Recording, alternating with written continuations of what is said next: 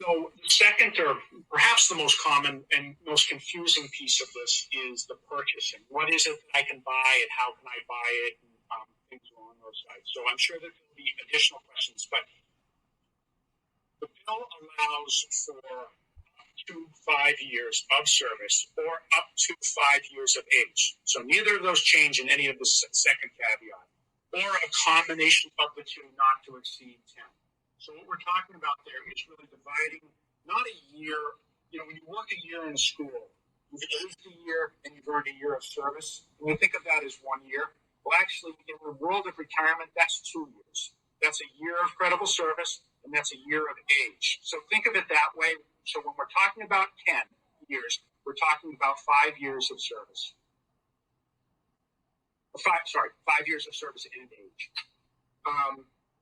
The Public Employee Retirement Administration Commission, PERAC as it's known, would be tasked with calculating the cost of the purchase for a purchase of years or age or service.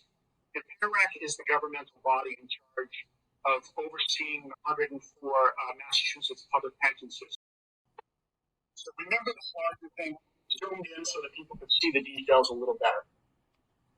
So in this example, a person who is 55 years of age, who has 29 years of service, and you can see that circled, it's 46.4%. That's their current benefit if they were to retire today.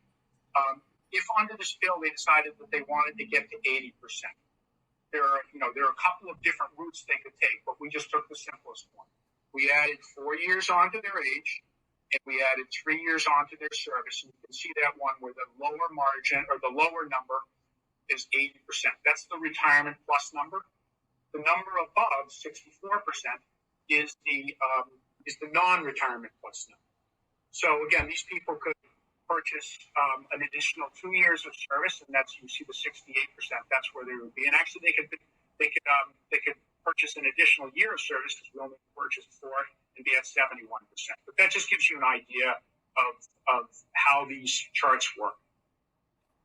The MTRS has also a pension estimator, and these links should be put up in the chat if they haven't already been.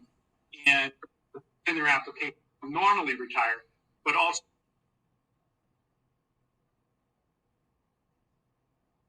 additional 5 years and see how that works, and they could put in additional years of service if they so desired.